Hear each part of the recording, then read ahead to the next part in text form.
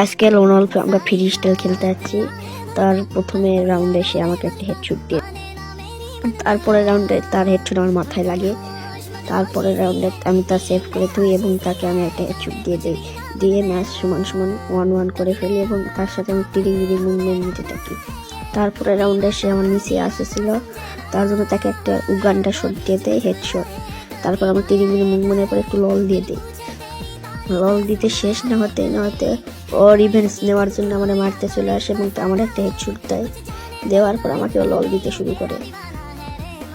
লল দেওয়ার পর এই রাউন্ডে আমি তো খেপে একবার চেতে গেছি, মাথায় একবার বুম, আবার একটা বুম শট মারলাম, মারে আমি তাকে কোবরা ম্যাক্সের রিমোট দিতেছি। তারপরে রাউন্ডে আবার আমার মাথা চেতে গেছে, যাওয়ার পর আবার একটা বুম শট দিলাম। বুম শট দেওয়ার পর আমি আবার তাকে একে ম্যাক্সের রিমোট দিতেছি। একে ম্যাক্স ইমোট দেওয়ার পর পরের রাউন্ডে আমি একটা হেড খেয়ে যাই এর কাছ থেকে। এই হেড খাওয়ার পর আমার মাথাটা মনে করে ফাইটটা বুম। তাছাড়াও সেই রাউন্ডে লল দেয়নি, পরের রাউন্ডে আবার আমি তাকে একটা হেডশট দিলাম।